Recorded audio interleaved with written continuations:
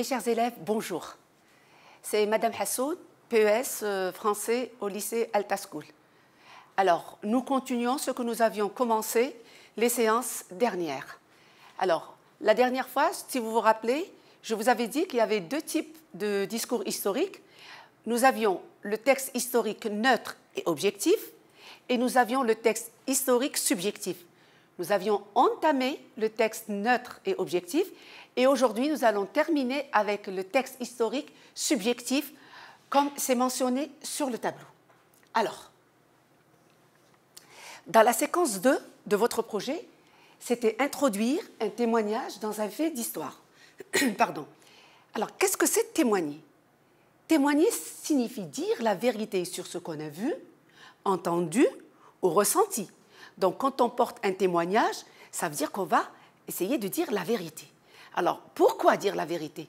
C'est pour authentifier un fait, pour le rendre sûr, crédible, identifiable, avec certitude. Bien, alors, voilà ce qu'on a écrit. Les événements sont vécus, puis racontés par l'auteur.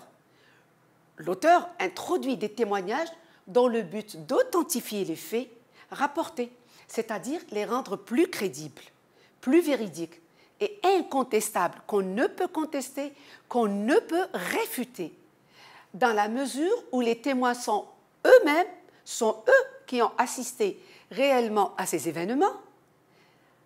Alors, un témoin, c'est une personne, c'est un personnage qui a assisté à l'événement. Donc, quand on assiste à un événement, on ne fait que reproduire l'événement avec certitude. Il prend position par rapport à l'événement, de dénoncer une situation ou des actes. Alors, cet auteur, qu'est-ce qu'il va faire? Qu'est-ce qu'il va faire, cet auteur? Il va essayer de témoigner. Comment? Soit il va dénoncer, soit il va porter un jugement sur un acte, soit rendre hommage à quelqu'un. Hein? Par exemple, nous sommes dans la période où on est en train de célébrer l'anniversaire de l'émir Abdelkader. Et l'émir Abdelkader, la biographie de l'émir Abdelkader, ça constitue un texte historique, ne l'oubliez pas. Bien, alors, vous avez compris maintenant comment on fait la subjectivité dans le texte historique. Alors, l'auteur, il marque sa présence dans le texte à l'aide de quoi? Comment on peut reconnaître dans un texte historique la subjectivité de l'auteur? Sa marque de présence. Alors, nous avons plusieurs manières, plusieurs procédés, à savoir les pronoms personnels, les indices de l'énonciation, je, moi, nous, et puis les verbes, les actes, tout ça, ça peut marquer, ça peut montrer la présence de l'auteur. Les réactions et les sentiments. L'auteur, quand il évoque un événement, quand il relate un fait, eh bien, nous allons voir ces sensations qui transparaissent. Alors, ces sensations, c'est un jugement qu'il porte, hein, des émotions. Alors, si vous vous rappelez bien le texte qu'on a étudié ensemble, Delphine pour mémoire, nous avions ça. Je n'ai jamais oublié. J'ai voulu revenir sur ces émotions, me souvenir de cette peur. Donc, tout ça, ce sont des émotions que laisse transparaître l'auteur pour montrer sa subjectivité. Alors, en dehors des indices de personnes, qu'on appelle aussi les embrayeurs, nous avons les modalisateurs. Alors, les modalisateurs, c'est très, très important. Alors, les modalisateurs, on en a beaucoup. Ce sont des termes. On peut avoir des termes péjoratifs ou mélioratifs. C'est-à-dire, ils peuvent être péjoratifs, ils peuvent être mélioratifs. Donc, quand on dit péjoratif, c'est négatif, et quand on dit mélioratif, c'est positif. Alors, ce sont des mots exprimant l'opinion de l'auteur. Exemple, nous avons heureusement, impitoyable, cauchemar. Alors, pourquoi j'ai choisi ces trois? C'est pour vous montrer que on peut avoir un adverbe, heureusement. On peut avoir un adjectif, impitoyable. On peut avoir un nom, cauchemar. Alors, les modalités d'incertitude. On peut avoir des modalités d'incertitude. Exemple, peut-être, probablement. Je ne suis pas sûr que, je doute que. Et on peut avoir aussi le conditionnel. Alors attention, le conditionnel est une question qui revient souvent au baccalauréat et on va vous demander qu'est-ce qu'il exprime. Alors soit l'incertitude, soit l'éventualité, soit autre chose. Et à ce moment-là, vous devez impérativement revenir au texte. Bien. Nous avons les modalités de certitude. Alors là, c'était l'incertitude et là, c'est la certitude. C'est-à-dire, c'est le contraire. Dans la certitude, on a certainement, sûr, certain, sans aucun doute, sûrement.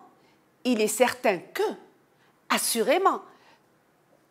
Tous ces mots-là que je viens d'énoncer, ce sont des modalités de certitude. C'est-à-dire, quand l'auteur est sûr et certain de ce qu'il avance, alors il emploie ces termes. On a des modalités appréciatives. Alors attention, quand on dit appréciative, ça ne veut pas dire uniquement positif. Quand on fait une appréciation, elle peut être aussi bien positive que négative. Alors nous avons exemple, il est dommage que, bien, admirable. Regardez, il est dommage que, c'est négatif, bien et admirable, c'est positif. Donc, quand on voit le mot appréciatif, ce n'est pas comme dans la langue courante, j'apprécie, c'est-à-dire j'aime bien. Non, là, appréciatif, c'est-à-dire on a une certaine appréciation, qu'elle soit positive ou négative, tout dépend du contexte dans lequel nous sommes. Bien. Alors, je vous ai choisi un exemple de texte subjectif. Et nous allons essayer de relever toutes les marques de subjectivité de ce texte et on va faire un petit récapitulatif par la suite. Alors, regardez un exemple de texte subjectif. Pendant plus de 4 ans, les colonnes infernales de Bugeaud, c'est ainsi que les militaires et les historiens se sont plu à les appeler, vont mettre le pays à feu et à sang. Racler davantage l'Algérie, comme si 13 années de guerre ne suffisaient pas à son malheur, c'est-à-dire le malheur de l'Algérie. C'est désormais la phase la plus terrifiante de la conquête, celle qui vit précisément naître et agir de véritables criminels de guerre et théoriciens de l'extermination et du regroupement. Pélissier, Montagnac, Saint-Arnaud, Richard et bien d'autres colons, évidemment.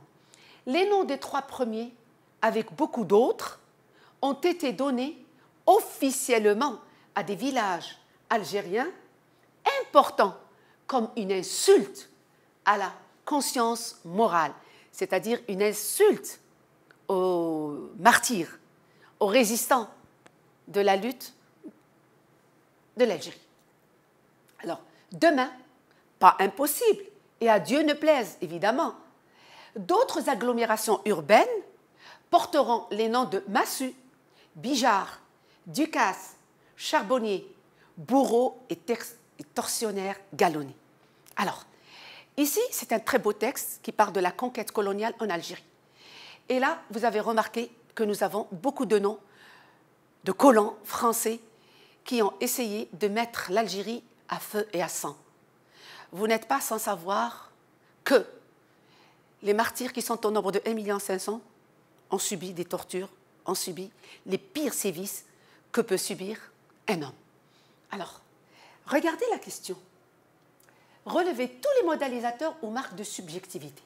Je reviens. Nous allons essayer de relever ensemble, vous et moi, les marques de subjectivité, c'est-à-dire la marque de présence de l'auteur. Là où on sent que l'énonciateur, c'est-à-dire l'auteur, il porte un certain jugement. Et là, vous avez compris, c'est dénoncer. Il est en train de dénoncer. Regardez, pendant plus de 4 ans, les colonnes infernales. Les colonnes infernales. Là, il pouvait dire carrément les Français, mais il les a qualifiées de colonnes infernales, de Bugeaud. Les anciens connaissent très bien Bugeaud. C'est ainsi que les militaires et les historiens se sont plu à les appeler. C'est-à-dire que le nom de colonne infernale a été donné par les militaires et les historiens. Donc, colonne infernale est un modalisateur. Ça montre comment ces Français étaient vus des historiens. Ça, c'est un modalisateur, les colonnes infernales. Et d'ailleurs, ils sont mis entre guillemets. Pourquoi? Pour montrer que ce nom a été donné suite à un jugement. C'est clair. Ils vont mettre le pays à feu et à sang. À feu et à sang. C'est une expression qui exprime une certaine modalisation. Il peut dire « ils ont tué », tout simplement. Mais non, à feu et à sang. C'est pour montrer que les feux, on a déjà étudié dans un texte, vous et moi, comment les tribus ont été emmurées, comment ils ont mis le feu à beaucoup d'Algériens, de résistants, dans des douars, on dit bien aussi les douars, comme on peut dire les villages, et qui les ont enfumés. Vous savez pourquoi? Ils ne voulaient pas gaspiller de balles. Et ça, c'est une modalisation. Bien. Regardez, racler davantage. On ne peut pas racler des êtres humains. Quand on racle un objet pour le débarrasser de la souillure, de la saleté. Mais là, racler davantage l'Algérie, c'est vraiment péjoratif. C'est comme si les êtres humains en Algérie étaient moins que rien. Ce n'est pas moi qui le dis, c'est l'auteur. Attention, moi je m'exprime, je me mets à la place de l'auteur, je me mets dans la peau de l'auteur, pour que vous compreniez très bien les sensations de l'auteur. Comme si 13 années de guerre ne suffisaient pas. Regardez, l'auteur est en train de dire 13 ans de souffrance en Algérie ne suffisaient pas. Il fallait encore et encore faire souffrir les Algériens. À son malheur. Le mot malheur est un modalisateur. Pardon? Voilà. Alors, le mot malheur est un modalisateur. L'auteur, il est en train de vous dire que l'Algérie a vécu le malheur. Donc, c'est ce qu'il dit, lui. Un Français n'aurait pas dit ça. Un Français aurait dit l'Algérie a vécu la civilisation. Nous sommes des gens civilisés, nous avons apporté la civilisation. D'ailleurs, ça a été écrit dans plusieurs textes. Ça, c'est le point de vue du Français. L'Algérie, non. Il voit ça comme étant un malheur. Donc, vous voyez, dans les deux cas, ce sont des modalisateurs, vus par les Français, vus par les Algériens. Pour vous dire qu'un modalisateur, c'est un sentiment que nous ressentons. Pourquoi? Parce que nous voulons faire partager notre idée par le lecteur, par le récepteur. Bien. Alors, c'est désormais la phase la plus terrifiante. Regardez, la plus terrifiante, c'est-à-dire la plus horrible. Terrifiante. Les Algériens, juste en entendant les bottes des Français, ils avaient une terreur, une peur bleue. Sauf bien sûr les résistants et les martyrs. Gloire à nos martyrs. De la conquête, celle qui vit précisément naître et agir de véritables criminels. Là, l'auteur, il est en train de qualifier les colons, les Français, de véritables criminels de guerre. Parce qu'en fait, les criminels de guerre, ce sont des gens qui agissent à l'encontre de l'humanité. On peut être en guerre, mais on n'est pas obligé de torturer à ce point-là. C'est-à-dire les criminels de guerre, vous savez ce que c'est? Normalement, ils doivent être jugés. Et théoriciens de l'extermination et du regroupement. L'extermination, qu'est-ce que ça veut dire extermination? Ça veut dire que les Français, ils voulaient exterminer les Algériens, c'est-à-dire carrément éradiquer la race algérienne. Et c'était ça leur but, c'est-à-dire mettre des Français sur le sol algérien pour pouvoir donner une nouvelle vie aux Français, une nouvelle richesse, parce que le sol algérien est un sol très riche. Alors, on a cité Pélissier, on a cité Montagnac, Saint-Arnaud, Richard. Pourquoi l'auteur a-t-il fait allusion à ces théoriciens, à ces colons? Eh bien, il a dit les noms des trois premiers, Pélissier, Montagnac, Saint-Arnaud, avec beaucoup d'autres, bien sûr, ont été donnés officiellement à des villages algériens importants comme une insulte à la conscience morale. C'est une insulte à la mémoire algérienne quand on peut donner le nom de village, le nom de Français à des villages algériens. C'est-à-dire comme si on était en train de les glorifier. Alors que ces gens-là, ils ont été les pires bourreaux de l'Algérie. Demain, l'auteur est en train de donner une idée. Il dit demain, pas impossible, et à Dieu ne plaise, c'est-à-dire Dieu n'aime pas ça, à Dieu ne plaise. D'autres agglomérations, c'est-à-dire d'autres endroits habitables, d'autres zones urbaines ou rurales, Quand on dit urbain, c'est relatif à la ville. Quand on dit rural, c'est relatif à la campagne. D'autres agglomérations urbaines porteront les noms de massue. Qui est massue? On le connaît. Bijard, Ducasse, Charbonnier. Ce sont des bourreaux et tortionnaires galonnés. C'est-à-dire bourreaux et tortionnaires, mais qui ont été galonnés. Vous avez compris maintenant, mes chers élèves? Alors, voilà tous les modalisateurs que nous avons récupérés ou relevés du texte. Alors, qu'est-ce qu'on dit? Donc, l'énonciateur peut choisir de s'investir pleinement dans son énoncé. Il porte alors un jugement sur les faits relatés. Regardez, j'ai mis en gras ce qui est important. Il cherche à faire partager son avis au lecteur, à entraîner l'adhésion de celui-ci. Donc, à partir de là, vous avez compris pertinemment que quand on écrit un discours neutre et objectif, qu'on a vu la dernière fois, on ne porte aucun jugement. On est objectif, c'est-à-dire que l'auteur s'efface au profit de l'information et de ses auteurs, mais quand on écrit un texte subjectif, alors là, on a tous les moyens pour donner son jugement, pour donner son point de vue, pour donner son avis, pour exprimer ce que l'on ressent. J'espère que vous avez compris et que vous avez distingué la différence qu'il y a entre les deux types de textes. Alors, si je vous fais ça, c'est attention à l'examen du bac. Faites très attention à tout ce que je viens de dire. Sur ce, je vous dis au revoir. C'était Madame Hassoun et bon courage.